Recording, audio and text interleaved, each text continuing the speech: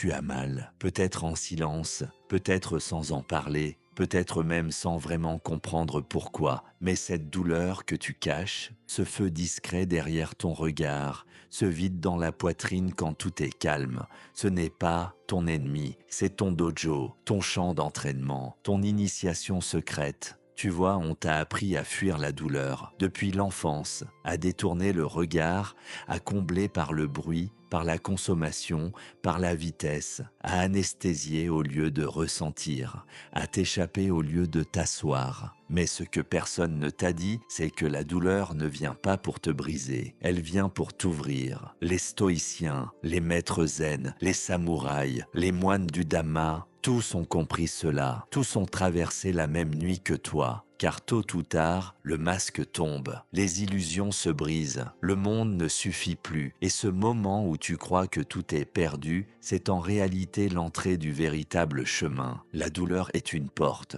pas un mur. Mais pour passer, il faut cesser de résister. Tant que tu fuis ta souffrance, tu restes prisonnier de ce que tu refuses de voir. Tant que tu refuses de regarder l'ombre en face, tu la nourris sans le savoir. C'est comme refuser une blessure. Elle s'infecte. L'ignorer, c'est lui donner le pouvoir. La regarder, c'est commencer à la purifier. Tu crois que les maîtres sont nés sans douleur? Non, ce sont ceux qui ont décidé de s'asseoir avec elle, de l'écouter, de la respirer. Ceux qui ont vu que sous la brûlure se cachait un feu sacré. Dans le zen, on enseigne, quand tu as mal, entre dans la douleur. Traverse-la, elle est le miroir. Dans le stoïcisme, Marc Aurèle écrivait « Ce qui t'arrive était inscrit, ce qui t'éprouve est ce qui te forme ». Dans le Bushido, le guerrier endure non pour souffrir, mais pour forger une âme qui ne tremble plus devant la mort. Et dans le Dhamma,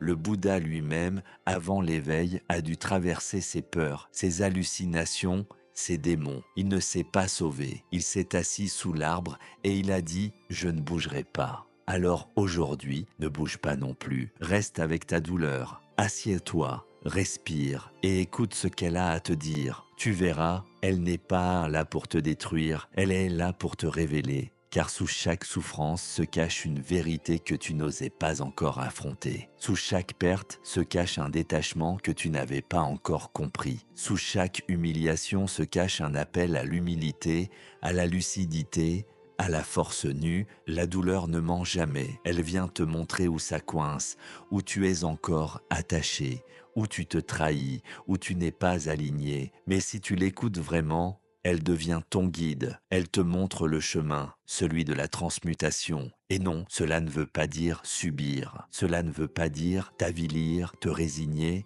Cela veut dire transformer, voir l'épreuve, l'accueillir, la comprendre et en faire une élévation. Comme l'épée brute qu'on plonge dans le feu pour lui donner sa forme, comme l'argile qu'on presse pour en faire une coupe sacrée, comme le corps que l'on pousse dans l'effort jusqu'à trouver la paix. Ce que tu refuses aujourd'hui, c'est ce qui te dominera demain. Ce que tu acceptes aujourd'hui, c'est ce que tu commenceras à transformer. Alors, ne détourne plus le regard. Quand la solitude te pèse, ne cours pas. Regarde-la, vois si ce n'est pas ton âme qui t'appelle au retour. Quand une relation te blesse, n'accuse pas. Observe, vois si ce n'est pas une part de toi que tu projettes. Quand ton corps fatigue, ne le haïs pas. Écoute-le, peut-être te demande-t-il enfin de l'aimer, et quand l'angoisse monte, ne lutte pas. Respire, reste, tu n'es pas en danger, tu es juste face à toi-même, et c'est dans ce dojo invisible que tu forges l'indestructible. Ceux qui n'ont jamais souffert profondément ne savent pas aimer pleinement, ne savent pas servir, transmettre, guider, car ils n'ont pas goûté au feu qui purifie.